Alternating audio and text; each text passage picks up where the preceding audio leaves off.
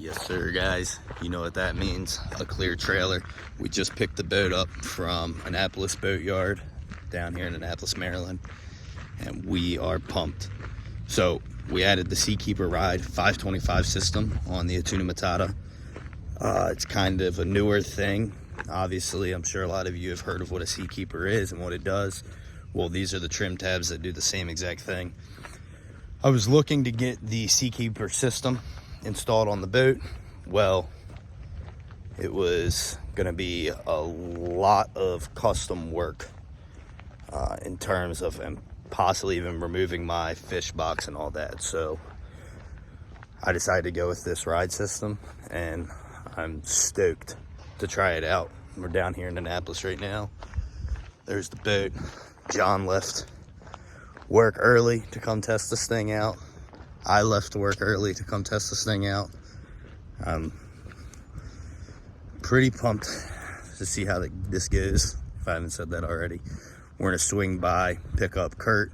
Kurt is the person at Annapolis Boat Yard that did the install. Huge shout out to Kurt and John for their work. And yeah, we're pumped to try this thing out. So stay tuned and let's see what she got.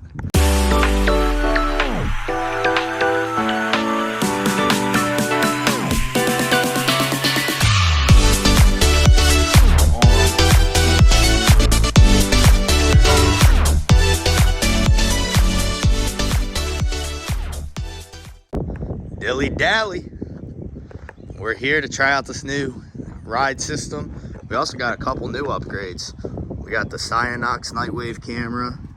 We got the, let's see, we got the new VHF. We got the new unit up top. We got the ride system installed. I'm just trying to get this thing amped up a little bit. See the system right there, yes, sir. Look at that. Sending her out on her first voyage of 2024.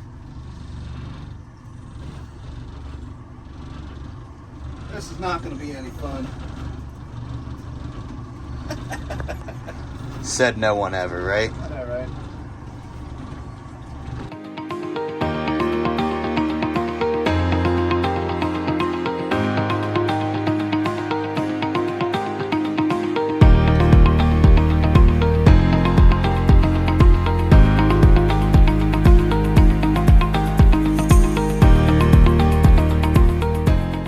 Alright, so we picked up the man, the myth, the legend, the one that did all the work, put it all together. This is Kurt, like I said, over at Annapolis Boat Yard. We got Kurt and John, did awesome work, so he's gonna jump on here for this first test run and see how she goes. Alright guys, so we're gonna do a little tutorial here with the man Kurt. And we're to do manual to start, just so you guys can see the difference. All right, go ahead. Dilly Dally's at the helm.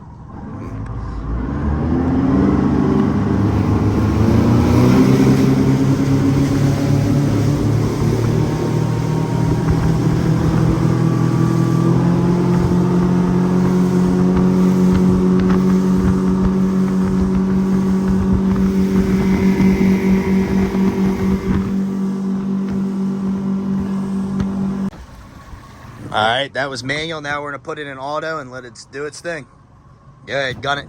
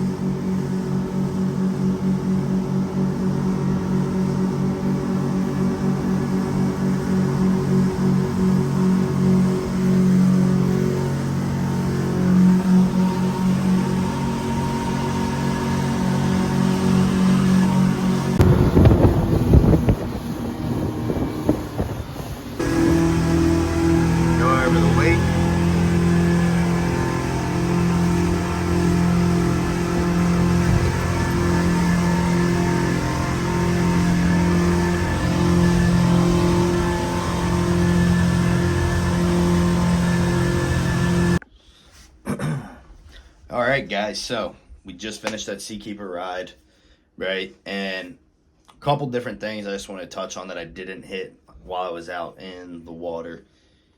Obviously, it was a flat, calm day, so a lot of the questions is going to be, well, does it actually work in rough water? Does it work when, you know, you're in those 4, 5, 6 footers? Couple things about it. Number one, you got to be going, I want to say it's 15 miles an hour when it engages. So let's be completely honest. You're not going, at least in my size boat, you're not going 15 to 20 knots or 15 to 20 miles an hour in 6-foot swells. Okay. This is going to be your general in chop 1 to 3, 3 to 5, somewhere in there, 3 to 4, I would say, where you'll really notice that difference. Now, I can tell you that when we went over that, when we hit the wake, the boat did not move at all. My hand was moving, but the boat itself stayed flat, calm through it, which was pretty cool to see. They do say that in that 3 to 4, 5 foot range in swells that your boat will handle a lot better. A couple of the big things that I noticed was out of the chute, the boat getting on plane was like, that was night and day. You know, it's hard to see in the video, but the boat sat up like this, going like that for a good like 10, 12, 15 seconds before it gets down on plane. When the ride system was on, that boat went like that and just went straight, that was definitely odd to see. The other thing that was really weird was when we went to go turn, you know, instead of your boat going like this to turn, the boat kind of turned like that. So it turned while it still stayed on plane. What else? Oh, the ride system up top, the square that's on top of, above the helm, next to the VHF where it's got the electronic, like you can actually see it. So that will actually show you what your boat's doing. So if that's flat, your boat's flat. All right. If it's not flat, then obviously those engage. But if it shows that your boat's flat, that boat's probably flat, and it's just your body kind of adjusting to the ride system. Now, in terms of size, they have the 450s, I believe. They have the 525s, and they got another 2, I believe. Don't hold me to that, but I believe that's what they got. I got the 525.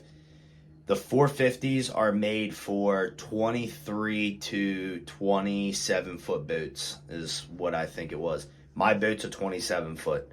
I would rather, because I do a lot of offshore, I do a lot of ocean, I do a lot of bigger trips, I was going with something that was going to be bigger and better. The 525s obviously are going to handle a little bit better than the 450s on my size boat, just because they are the biggest size that I could technically go to.